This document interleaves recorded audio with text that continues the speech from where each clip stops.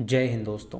कैसे हैं आप लोग। तो आज हम बात करने वाले हैं साल 2024 में आई एक हॉरर मूवी के बारे में जिसका नाम है स्पीक नो इविल।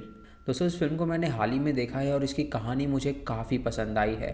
और दरअसल ये रीमेक है एक डच मूवी का। दोस्तों आपको भी इसकी कहानी काफ़ी अच्छी लगेगी, तो आप इस वीडियो को पूरा ज़रूर देखिएगा। फिल्म की स्टार्टिंग में हम एक कार को देख पाते हैं जो कि जंगल में बने एक फार्म हाउस की तरफ जा रही थी, और तब उसमें से एक कपल उतरकर आगे जाने लगता है, जिसके साथ ही सीन कुछ समय बाद एक लड़की एग्नेस पर जाता है जो कि एक पूल के पास बैठकर अपने मम्मी पापा के पूल में आने का वेट कर रही थी। असल में एग्नेस अपनी माँ लुइस और अपने पिता बेन के साथ एक ट्रिप पर आई हुई थी, पर उसके पेरेंट्स को नॉर्मली एंजॉय करना इतना ज़्यादा अच्छा नहीं लग रहा था और वो बस शांति से एक जगह पर बैठे हुए थे। एग्नेस के बार बार बुलाने पर भी वो पूल में नहीं आ रहे होते। उतने में ही बेन के पास पैडी नाम का एक आदमी आता है जो पास में रखी हुई एक चेयर उठाने के लिए आया था। और जब पैडी चेयर को लेकर अपनी फैमिली के पास जाता है तो लुइस और बेन भी उसको देख रहे थे। दोस्तों पैडी अपनी वाइफ कियारा और गूंगे बेटे एंट के साथ ट्रिप पर आया हुआ था, और उन लोगों की खास बात ये थी कि वो बहुत खुलकर एंजॉय कर रहे थे।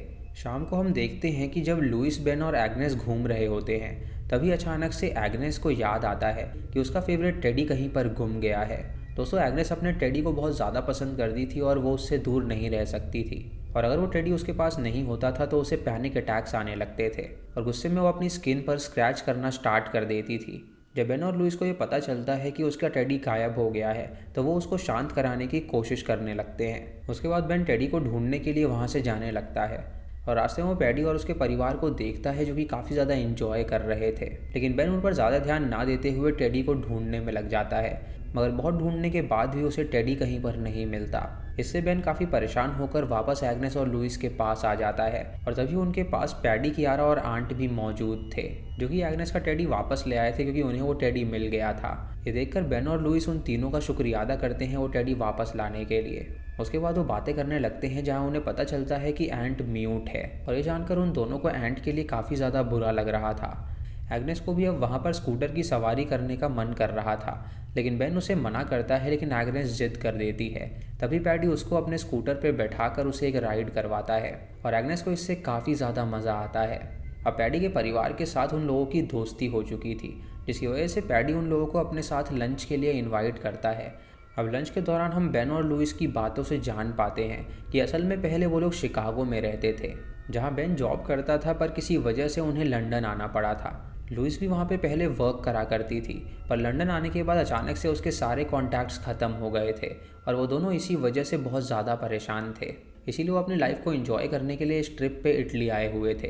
ये सुनकर पैडी उन्हें बताता है कि दरअसल वो एक डॉक्टर है, और अपने बारे में बताने के बाद पैडी उन्हें कभी उनके घर आने को भी कहता है, जिस पर लुइस और बेन भी फॉर्मेलिटी के लिए हाँ कर देते हैं। तभी हमें ये बात पता चलती है कि लुइस को नॉनवेज खाना बिल्कुल पसंद नहीं है और वो पूरी तरह वेजिटेरियन है। उसके बाद एग्नेस और आंट साथ में खेलने के लिए चले जाते हैं, और पैडी की बातों से हम जान पाते हैं कि असल में एंट एक रेयर कंडीशन के साथ पैदा हुआ था, जिसमें उसकी जीभ का साइज़ नॉर्मल लोगों की साइज़ से काफ़ी कम है और इसी वजह से वो बोल नहीं पाता। ये सुनकर लुइस और बेन को उस बच्चे के लिए काफ़ी ज़्यादा बुरा लगता है। अब वो फैमिलीज काफ़ी अच्छी दोस्त बन गई थी और वो इंजॉय कर रहे थे। बेन एक दिन एग्नेस को उसकी टेडी की आदत के लिए भी समझाता है कि एग्नेस अब 12 साल की हो गई है और शायद उसे टेडी के साथ अब नहीं खेलना चाहिए, पर एग्नेस को अपना टेडी बहुत ज़्यादा पसंद था। उसके बाद बेन अपनी वाइफ लुइस के पास चला जाता है, जहाँ लुइस उसे पैडी द्वारा भेजी गई उनकी एक ग्रुप फोटो दिखाती है जो कि ट्रिप के समय ली गई थी। साथ ही उस फोटो के पीछे ही वापस से पैडी ने बेन और लुइस को इनवाइट किया था वीकेंड पे आने के लिए, वो भी उसके फार्म हाउस में। बेन ये देखकर काफ़ी ज़्यादा शॉक हो जाता है और सोचता है कि एक ही मुलाकात में उसने फार्म हाउस पे उन्हें इनवाइट कैसे कर दिया। बेन का इतना ख़राब मूड देखकर लुइस को लगता है कि शायद उन्हें पैडी के घर एक ट्रिप पर जाना चाहिए ताकि उन लोगों का माइंड फिर से फ्रेश हो सके। अगले वीकेंड पर वो लोग एग्नेस को लेकर पैडी के फार्म हाउस की तरफ जाने के लिए निकल जाते हैं, जो कि जंगलों के बीचों बीच था। शुरू में उन्हें लोकेशन पर पहुंचने में काफ़ी दिक्कत होती है, लेकिन रात होते ही वो वहां पर पहुंच जाते हैं, जहां पैडी और कियारा उन दोनों का बहुत अच्छे से स्वागत करते हैं। वो उन्हें अंदर ले जाते हैं जहाँ पर वो उन्हें रूम दिखाते हैं, और बेन और लुइस देखते हैं कि वो रूम काफ़ी छोटा है। पैडी और कियारा ने एग्नेस के सोने का इंतज़ाम एंट के साथ ही किया हुआ था ताकि वो दोनों बच्चे एक दूसरे के साथ घुल मिल जाएं। रात में जब वो डिनर कर रहे होते हैं तो पैडी बताता है कि उन लोगों ने डक बनाया है, जिसका एक निवाला वो ज़बरदस्ती लुइस के मुंह में भी डाल देता है। ये देखकर लुइस काफ़ी ज़्यादा शॉक हो जाती है क्योंकि उसे पता था कि वो वेजिटेरियन है और वो नॉनवेज नहीं खाती, और ये जानने के बावजूद भी उसने उसे डक खिला दी थी। लेकिन वो अपना गुस्सा निगल लेती है और उस डक को अपने मुंह में ही रखती है। और जैसे ही पैडी और कियारा का ध्यान हटता है वो उसे उगल देती है। पैडी और कियारा उन दोनों को एकदम फैमिली मेम्बर्स की तरह ट्रीट कर रहे थे, इसीलिए पैडी बेन से कहता है कि वो बाहर कूड़ा फेंक कर आए। और ये सुनकर बेन को थोड़ा अजीब लगता है, लेकिन वो कूड़ा फेंकने के लिए चला जाता है। वो सोचता है कि आखिर एक मेहमान से वो कूड़ा कैसे फेंकवा सकते हैं। जो बाहर कूड़ा फेंकने के लिए जाता है तो उसके पास एंट आता है, जो कि उसे अपनी जीभ दिखाने लगता है। वो बेन से कुछ कहना चाहता था, पर बेन उसकी बात समझ नहीं पाता और उतने में ही वहाँ पर पैडी आकर बेन को वहाँ से भगा देता है। अब रात में पैडी, कियारा और लुइस साथ में बैठे होते हैं तो अचानक से एंट सोते समय ज़ोर ज़ोर से चिल्लाने लगता है, जिसे सुनकर लुइस और बेन को उसकी काफ़ी टेंशन होने लगती है। पर पैडी और कियारा उसे बताते हैं कि कभी कभी ऐसा होता है कि एंट सोते समय नींद में ही चिल्लाने लगता है। ये जानकर वो सभी अब सोने के लिए चले जाते हैं। जब वो बेड पे सोते हैं तो एक दूसरे के करीब आने लगते हैं, लेकिन तभी एग्नेस वहाँ पर आ जाती है, जिसको ज़मीन पर बिल्कुल भी नींद नहीं आ रही थी। ये सुन के बेन उससे कहता है कि आज वो उनके साथ ही सो जाए। वहाँ जगह कम होती है, जिसकी वजह से उन तीनों को अनकंफर्टेबल फील होने लगता है। और अगली सुबह हम देखते हैं कि पैडी और बेन की फैमिली साथ में जंगल घूमने निकलते हैं, जहाँ रास्ते में जब वो थोड़ा सा आराम करने के लिए रुकते हैं तो पास ही के एक पेड़ में एक टायर बंधा हुआ था, जिसमें एग्नेस झूला झूलने लगती है और वो एंट को ही बुलाती है उसे झूलने के लिए। पर एंट उसकी बातों के ऊपर रिएक्ट नहीं करता। ये देखकर पैडी को काफ़ी ज़्यादा गुस्सा आ जाता है और गुस्से में एंट को बुरी तरह हिलाते हुए एग्नेस को झूलने को कहता है। पैडी के साथ एंट का ऐसा बिहेवियर देखकर लुइस और बेन को बिल्कुल अच्छा नहीं लगता, पर वो इस बारे में कुछ नहीं कह सकते थे क्योंकि वो उसका बेटा था। उसके बाद पैडी सबको अपने साथ लेकर एक क्लिफ पर आता है, जहां आते ही पैडी, एंट और कियारा ने कपड़े उतार दिए थे क्योंकि वो अक्सर उस पॉइंट पर नीचे बनी हुई रिवर क्लिफ में जंप करते थे। पैडी कहता है कि वो लोग भी उन्हें ज्वाइन करें और उसी समय लुइस नोटिस करती है कि कियारा के बॉडी पे कुछ मार्क्स लगे हुए हैं। और जब कियारा से वो पूछती है उन मार्क्स के बारे में तो वो उसे बताती है कि दरअसल वो मार्क्स उसे बचपन में लगे थे। उसके बाद वो उन्हें ज्वाइन करते हैं और वो सभी पानी में कूद जाते हैं। तभी लुइस नोटिस करती है कि एंट को तैरना नहीं आता, इसीलिए पैडी उसको सपोर्ट कर रहा था। पर पैडी की ऐसी वाइल्ड हरकतों की वजह से लुइस को बिल्कुल भी अच्छा नहीं लग रहा होता और उसे वहाँ पर कुछ गड़बड़ लगने लगती है और वो डिसाइड करती है कि वो आज ही वहाँ से वापस अपने घर चले जाएंगे।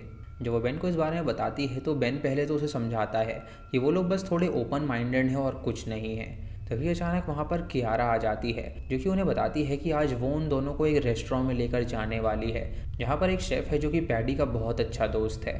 जब लुइस ये बात सुनती है तो उसे लगता है कि वो अच्छे लोग हैं और वो उनके बारे में खामा ही बेकार बातें सोच रही है, इसीलिए वो अपने घर जाने का प्लान कैंसिल कर देती है। जब वो सभी वहाँ पर तैयार हो रहे होते हैं तो वहाँ पर मोजिद आ जाता है, जो कि असल में एक बेबी सिटर था।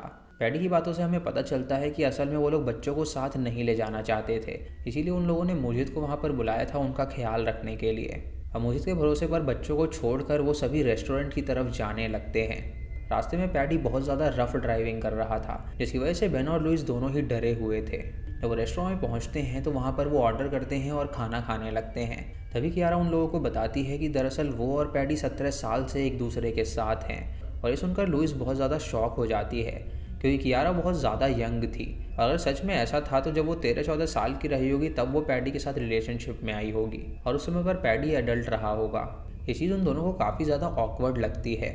लेकिन तभी कियारा और पैडी अपनी सेक्स लाइफ के बारे में उन दोनों के सामने डिस्कस करने लगते हैं और ऐसी बात करने में उन्हें कोई भी शर्म नहीं आ रही थी।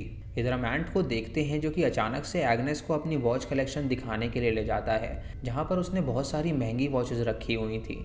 एंट उनमें से एक वॉच उठाता है और उसके पीछे लिखी हुई डिफरेंट लैंग्वेज को एग्नेस को समझाने की कोशिश करने लगता है, मगर एग्नेस को कुछ भी समझ में नहीं आ रहा था। तभी एंट मुजिद के आने की आवाज़ सुनता है और वो उन वॉचेस को अपनी जगह पर रख देता है। इधर रेस्टोरेंट में लुइस जब नॉनवेज नहीं खा रही होती तो पैडी उस पर भड़क जाता है और उन दोनों की लड़ाई होने वाली होती है कि बेन उन्हें रोक देता है। जब बिल देने का टाइम आता है तो हम देखते हैं कि पैडी कार निकालने का बहाना देकर बाहर चला जाता है और तब उस रेस्टोरेंट का बिल ना चाहते हुए भी बेन को पे करना पड़ता है, जो कि उसे काफ़ी ज़्यादा अजीब लग रहा था क्योंकि उन लोगों ने कहा था कि वो शेफ़ उसका दोस्त है और अगर उन लोगों ने इन्वाइट किया है तो बिल उन्हें पे करना चाहिए था। इधर फार्म हाउस में जब एग्नेस सो रही होती है तो एंट उसके मुंह पर हाथ रखकर उसे उठाता है और उसे अपनी बॉडी पर मौजूद घाव के निशान को दिखाने लगता है। पर इतने में एग्नेस उससे कुछ पूछ पाती, इतने में ही एंट को कियारा के वापस आने की आवाज़ आ जाती है और वो चुपचाप जाकर सोने का नाटक करने लगता है। एग्नेस को सोता हुआ देखकर लुइस भी सोने के लिए चली जाती है और वहीं हम पैडी को देखते हैं, जो कि जब अपनी वॉच कलेक्शन देख रहा था तो उसे पता लग गया था कि उसके ड्रॉर को किसी ने हाथ लगाया है। रात को लुइस जब नहाकर निकलती है तो बेन और उसकी किसी बात पर बहस हो जाती है और इसी दौरान हमें उन दोनों के बीच की दूरियों का कारण पता चलता है।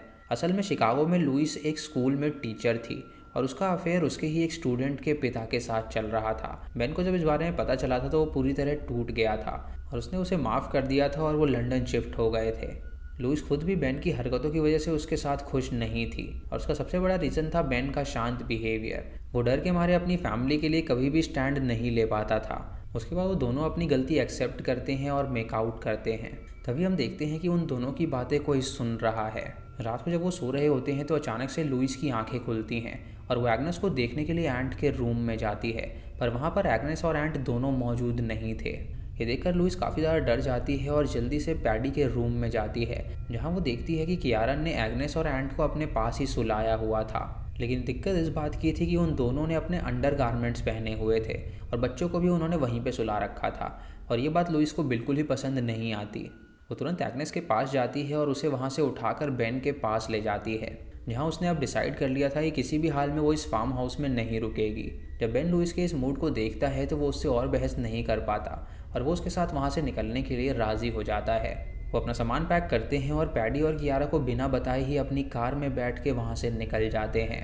तभी रास्ते में अचानक से एग्नेस को याद आता है कि वो अपना फेवरेट टेडी बियर वहीं पे भूल गई है और तब बेन उसे समझाने की कोशिश करता है कि वो उसे दूसरा टेडी बियर ले आके दे देगा, पर एग्नेस उससे कहती है कि उसे वही वाला टेडी बियर चाहिए। तभी अचानक से उसे पैनिक अटैक आने लगते हैं और गुस्से में वो ड्राइविंग सीट पर लात मार देती है, जिससे उनकी कार का एक्सीडेंट होते हुए बचता है। तभी वो दोनों देखते हैं कि एग्नेस खुद को स्क्रैच करना स्टार्ट कर दी है और ये देखकर बेन को काफ़ी बुरा लगता है, इसीलिए वो अपनी कार को वापस मोड़कर फार्म हाउस की तरफ ले जाता है। जब वो दोनों अंदर जाते हैं तो पैडी और कियारा उन पर गुस्सा करने लगते हैं कि उन्हें बिना गुड बाय बोले वो कैसे जा सकते हैं। वो उनसे कारण पूछते हैं कि आखिर उन्होंने ऐसा क्या कर दिया जिसकी वजह से वो उन्हें छोड़ कर जा रहे थे। बेन इस बात का कोई भी जवाब नहीं दे पाता, पर लुइस पैडी और कियारा को सारी सच्चाई बता देती है कि उसने रात में एग्नेस और कियारा के रूम में देखा था कि उस समय कियारा और पैडी ने बस अंडरगारमेंट्स पहने हुए थे। इस पर कियारा लुइस को बताती है कि दरअसल एंट से पहले उन्हें एक लड़की पैदा हुई थी और जब वो 1 साल की हुई तो उसकी डेथ हो गई थी और पिछली रात एग्नेस नींद में लुइस को बुला रही थी और उस समय लुइस नशे में थी तो उसने उसे डिस्टर्ब नहीं करना चाहा, इसीलिए वो एग्नेस को संभालने के लिए खुद चली गई। अब ये बात जानने के बाद लुइस को अचानक से अपनी गलती का एहसास होता है और कियारा और पैडी से अपने बिहेवियर के लिए माफ़ी मांगती है। ये सुनकर पैडी उनसे कहता है कि वो बस एक दिन और उनके साथ रहें और वो दोनों उसकी बात मान जाते हैं। कुछ देर बाद जब वो सभी पेंटिंग कर रहे होते हैं तो एंट वापस से एग्नेस से कुछ बताने की कोशिश करता है, लेकिन एग्नेस उसकी कोई भी बात नहीं समझ पाती। जब कियारा वहाँ पर आती है तो एंट उससे डर के पेपर को फोल्ड कर देता है और ये देखकर एग्नेस को काफ़ी ज़्यादा अजीब लगता है और वो अपनी माँ को इस बारे में बताती है कि एंट उसे कुछ बताना चाहता है। इधर हम बेन और पैडी को देखते हैं जो कि साथ में कहीं जा रहे थे और रास्ते में हम पैडी की बातों से जान पाते हैं कि असल में उसने ही पिछली रात बेन और लुइस का झगड़ा सुना था और बेन को उसका मन हल्का करने के लिए एक पहाड़ पर जोर से चिल्लाने के लिए कहता है। जब बेन बिल्कुल ऐसा ही करता है तो उसे काफ़ी अच्छा लगता है। जब वापस आते हैं तो देखते हैं कि खाने की तैयारी हो रही है और सब्जी काटते समय चाकू से लुइस के कट लग जाता है, जिसकी वजह से बेन पैडी से कहता है कि वो डॉक्टर है तो वो उसकी वाइफ का ट्रीटमेंट करे। तो पैडी लुइस के घाव को साफ कर देता है और उसका ट्रीटमेंट करता है। उसके बाद वो सभी गार्डन में जाके बैठ जाते हैं और हम देख पाते हैं कि कियारा एग्नेस का बहुत ज़्यादा ही ध्यान रख रही थी, जो कि लुइस को बिल्कुल भी सही नहीं लग रहा था। उसके बाद एंट और एग्नेस डांस करने लगते हैं, लेकिन एंट को बिल्कुल भी डांस नहीं आता था, जिसकी वजह से पैडी उस पर गुस्सा करने लगता है। वो गुस्से में उस पर कप फेंक के मारता है, जो कि देखकर लुइस को बहुत गुस्सा आ गया था क्योंकि पैडी एक बच्चे के साथ बहुत ही बुरा बर्ताव कर रहा था। ये देखकर उसने डिसाइड कर लिया था कि अब वो एक पल भी यहाँ पर नहीं रह सकती क्योंकि इस फैमिली के साथ कोई ना कोई गड़बड़ ज़रूर है। बेन भी उसकी बात मान जाता है और वो डिसाइड करते हैं कि वो शाम को वहाँ से निकल जाएंगे। उसके बाद लुइस कियारा के पास जाती है उसे बताने के लिए, तो कियारा उसे बताती है कि दरअसल पैडी को कभी कभी ये गुस्सा आ जाता है क्योंकि उसका बचपन बिल्कुल भी अच्छा नहीं बीता था। इधर हम एंट को देखते हैं जो कि पैडी के रूम में जाता है। यहाँ पैडी जब सो रहा था तो वो उसके बेल्ट में लगी की को चुराने की कोशिश करता है और बाहर जाकर एग्नेस के साथ वो खेलने का नाटक करते हुए एग्नेस को गराज के बहाने सीक्रेट बेसमेंट में लेकर जाता है, जहाँ पर उसने बहुत चीज़ों की कलेक्शन रखी थी। वहाँ पे काफ़ी सारे मोबाइल और बैग्स रखे हुए थे, जिन्हें देखने के बाद एग्नेस को कुछ भी समझ में नहीं आता। उसके बाद एंट उसे एक एल्बम दिखाता है जिसमें पैडी और कियारा ऐसी कई सारी ट्रिप्स में गए हुए थे और उन फोटोज़ में उनके साथ सारे अलग बच्चे थे। तब जाकर ये चीज़ रिवील होती है कि असल में कियारा और पैडी सीरियल किलर्स हैं और ऐसे ही ट्रिप पर जाकर वो अलग कपल्स से दोस्ती करते हैं और बाद में उन्हें अपने फार्म हाउस पे बुलाकर वो उन्हें लूटते हैं और जान से मार डालते हैं। पर वो उन बच्चों को नहीं मारते बल्कि वो उनकी जीभ काट देते हैं ताकि वो बोलने के काबिल ना रह सके। और बाद में उसी बच्चे को लेकर वो दूसरी ट्रिप पर जाते हैं और कपल्स को बेवकूफ़ बनाते हैं। एंट के पेरेंट्स के साथ भी उन लोगों ने यही किया था। इसका मतलब ये था कि अब वो बेन के परिवार को अपना शिकार बनाने वाले थे और बाद में वो एग्नेस की जीभ को काट कर उसे अपने साथ रख लेते। ये सब जानने के बाद एग्नेस बहुत ज़्यादा डर जाती है और वो उस एल्बम की फ़ोटोज़ को खींच कर एंट के साथ वापस चुपचाप वहाँ से चली जाती है। वो तुरंत अपने माता पिता के पास जाकर उन्हें इस बारे में बताना चाहती थी, पर अभी वो दोनों में से कोई भी उसके पास नहीं आते। इधर एंट चाबी रखने के लिए वापस पैडी के रूम में जाता है, पर अब तक पैडी जग चुका था। एंट तुरंत पैडी से प्यार करने का नाटक करता है और चुपके से उसके बेल्ट में वो चाबी वापस लगा देता है। इधर एग्नेस अपने माता पिता को अपने पास बुलाना चाहती थी, इसीलिए वो पेड़ से एक कांटे को तोड़ती है और उसकी मदद से वो अपनी जांघ में खून निकालकर प्रिटेंड करती है कि उसे पीरियड्स आ गए हैं। इस बारे में जानते ही लुइस उसे तुरंत काम करती है और उसे अपने साथ बाथरूम में ले जाती है, जहाँ पहुँचते ही एग्नेस लुइस को सारी बात बता देती है और ये जानने के बाद लुइस बहुत ज़्यादा डर गई थी। वो तुरंत बेन को भी बुलाती है और उसे भी सारी बात बता देती है और बेन भी ये सब जानने के बाद काफ़ी डर गया था। अब उसके समझ में आ रहा था कि ये फैमिली अजीब सा बर्ताव क्यों कर रही थी। वो प्लान बनाते हैं कि वो एग्नेस के फर्स्ट पीरियड का बहाना बनाकर वहाँ से बाहर निकलेंगे। इधर पैडी जब बाहर घूम रहा होता है तो वो बेसमेंट के लॉक को देखकर समझ जाता है कि ज़रूर इस बेसमेंट में कोई आया था। उसके बाद बेन और लुइस प्लानिंग के अकॉर्डिंग बहाना बनाते हैं और वहाँ से जाने लगते हैं और इस बार पैडी और कियारा ने भी उन्हें नहीं रोका था। जैसे ही बेन अपनी कार के पास पहुँचता है तो उसे पता चलता है कि उसकी कार का टायर पंक्चर है और ये देखकर पैडी उसके साथ गराज में जाता है ताकि वहाँ से वो टूल्स ला सके उसके टायर को ठीक करने के लिए। पैडी टूल्स लाता है और उनका टायर ठीक कर देता है, पर तभी अचानक से बेन की नज़र एग्नेस के टेडी पर पड़ती है जो कि किसी ने फार्म हाउस के रूफ पर रख दिया था। अब बेन को वो टेडी जैसे तैसे निकालना पड़ता है, जिसके बाद जब वो लोग वहाँ से जा रहे होते हैं तो एग्नेस एंट को लेकर चलने के लिए कहती है क्योंकि उसने भी अपने पेरेंट्स को खो दिया था। पर लुइस उससे कहती है कि वो एंट को बचाने के लिए वापस पुलिस लेकर आएंगे। जब वो सभी वहाँ से निकल रहे होते हैं तो अचानक से पैडी हंसते हुए एंट को लेक में फेंक देता है और बेन इस बात को जानता था कि एंट को तैरना नहीं आता, इसीलिए उसे ना चाहते हुए भी एंट को बचाने के लिए तालाब में कूदना पड़ता है। पर जब तक वो एंट को बचाकर बाहर लाता है तब तक पैडी ने लुइस और एग्नेस को गन पॉइंट पर ले लिया था। ये देखकर बेन बहुत ज़्यादा डर गया था और पैडी उन्हें गराज में ले जाकर सबसे पहले उनसे सारे पैसे अकाउंट में ट्रांसफ़र करवाता है और उसके बाद वो लुइस को एक इंजेक्शन लगाने की कोशिश करने लगता है। पर लुइस के पास उस समय एक कटर मौजूद था जिससे वो तुरंत पैडी के फेस पर वार कर देती है और एग्नेस भी पैडी के पास मौजूद वो इंजेक्शन को उठाकर अपने पास रख लेती है। उसके बाद बेन कियारा के ऊपर अटैक कर देता है और अब बेन और लुइस पैडी और कियारा को गन पॉइंट पे लेकर वहाँ से बाहर निकलने की कोशिश करते हैं। वो लोग देखते हैं कि कियारा भी उनके साथ जाना चाहती है और उन्हें पता चलता है कि दरअसल पैडी ने सबसे पहले कियारा के पेरेंट्स को ख़त्म किया था और तब उसकी उम्र एग्नेस के बराबर थी। बेन और लुइस उसकी बात पर ध्यान नहीं देते और एंट और एग्नेस को लेकर वो वहाँ से निकलने लगते हैं। तभी वहाँ पर मुजिद पहुँच जाता है जो कि केयर टेकर था और वो उन लोगों की कार के ऊपर फायर करने लगता है, जिसकी वजह से बेन और लुइस को कार से निकलकर घर में जाना पड़ता है। वो दोनों बच्चों को एक क्यूबॉइड में छुपा देते हैं और साथ ही सारे खिड़की दरवाजे बंद कर लेते हैं ताकि अंदर कोई भी ना आ सके। मुजिद कियारा और पैडी को आज़ाद करता है और उसके बाद वो तीनों घर में घुस जाते हैं। लुइस और बेन अपने पास एक हथियार लेकर तैयार थे। पैडी लुइस के ऊपर जब अटैक करने वाला होता है तो लुइस उसके ऊपर एसिड फेंक देती है, जिसकी वजह से पैडी का पूरा फेस जल जाता है।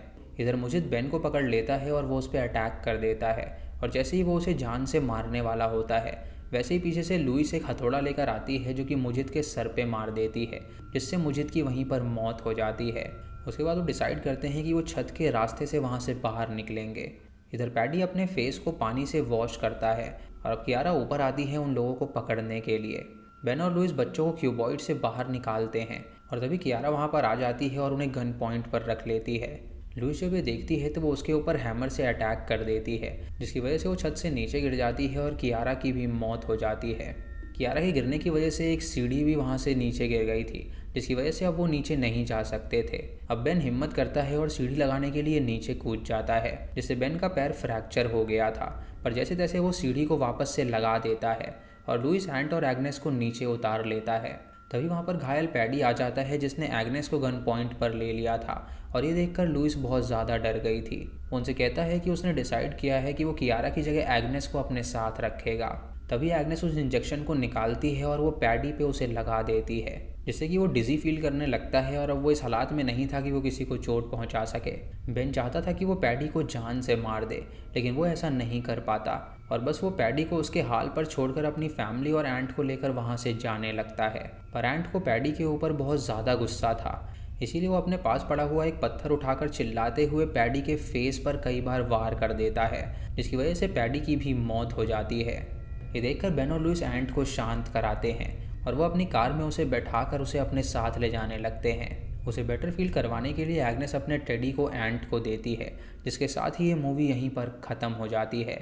तो दोस्तों ये थी इस फिल्म की कहानी, जहाँ पर एक हैप्पी एंडिंग दिखाई गई है, लेकिन जो ओरिजिनल स्पीक नो इविल थी वहाँ पर बिल्कुल नेगेटिव एंडिंग है और ये जिसका रीमेक है वो मूवी इससे ज़्यादा अच्छी बनाई गई है। इस फिल्म में उतनी ज़्यादा ब्रुटैलिटी नहीं है जितनी उस डच वाली फिल्म में है। दोस्तों इस फिल्म की स्टार्टिंग में हमें एक कार दिखाई गई है जिसके अंदर कोई और नहीं बल्कि एंट बैठा हुआ था, जो कि अपने माता पिता के साथ उस फार्म हाउस में आया था और उसके बाद इन लोगों ने उसके माता पिता को मार डाला होगा और एंट की जीभ काट दी, जिसकी वजह से वो बोल नहीं पा रहा था। दोस्तों एक सीन में लुइस नोटिस करती है कि कियारा के शरीर पे ब्रूजेस हैं, मानो कि किसी ने उसे मारा पीटा हो, लेकिन कियारा का ये कहना था कि वो उसके बचपन के निशान थे, जो कि बिल्कुल भी सच नहीं था। दरअसल पैडी ने उसके माता पिता को सेम टेक्निक के साथ फंसाया था और उसके माता पिता को मारने के बाद उसने कियारा को अपने पास ही रख लिया था और उसने ही ज़रूर उसे टॉर्चर किया होगा उसके साथ रहने के लिए, इसीलिए उसके शरीर पे वो निशान थे। वही मारपीट के निशान हम एंट के शरीर पे भी देख पाते हैं, क्योंकि वो दोनों मिलकर उसे टॉर्चर करते थे उसे अपना बेटा बनाने के लिए। दोस्तों एक सवाल ये भी उठता है कि पैडी ऐसा क्यों करता था। दरअसल हमें इस मूवी में उसके बचपन के कुछ ग्लिम्स भी दिखाए गए हैं, जिससे हम ये समझ पाते हैं कि उसका जो पिता था वो उसे अक्सर मारा पीटा करता था और वो उसे इतना टॉर्चर करता था कि बचपन में ही उसके दिमाग में लोचा हो गया था, जिसकी वजह से शायद उसने अपने पिता को ही मार डाला था और तब से ही उसे किलिंग का चस्का लग गया था। जिसके बाद वो लोगों को फंसाता और उन्हें जान से मार डालता और उन बच्चों को वो अपने पास ही रख लेता था। उसने बहुत सारी फैमिलीज़ को मारा था और अपना काम ख़त्म करने के बाद शायद वो उस बच्चे को भी मार दिया करता था। तभी उसके पास सिर्फ कियारा बची थी और कोई बच्चा वहाँ पे नहीं था। तो दोस्तों ये थी आज की वीडियो। बाकी दोस्तों आपको इस फिल्म के बारे में क्या कहना है और इसकी कहानी कैसी लगी आप कमेंट सेक्शन में ज़रूर बताइएगा। चैनल पे नए हैं तो इसे सब्सक्राइब करें और बेल आइकॉन दबाएं नोटिफिकेशंस के लिए, और वीडियो को लाइक और शेयर करना बिल्कुल मत भूलिएगा। तो मैं मिलता हूँ आपको अगली वीडियो में, तब तक के लिए जय हिंद।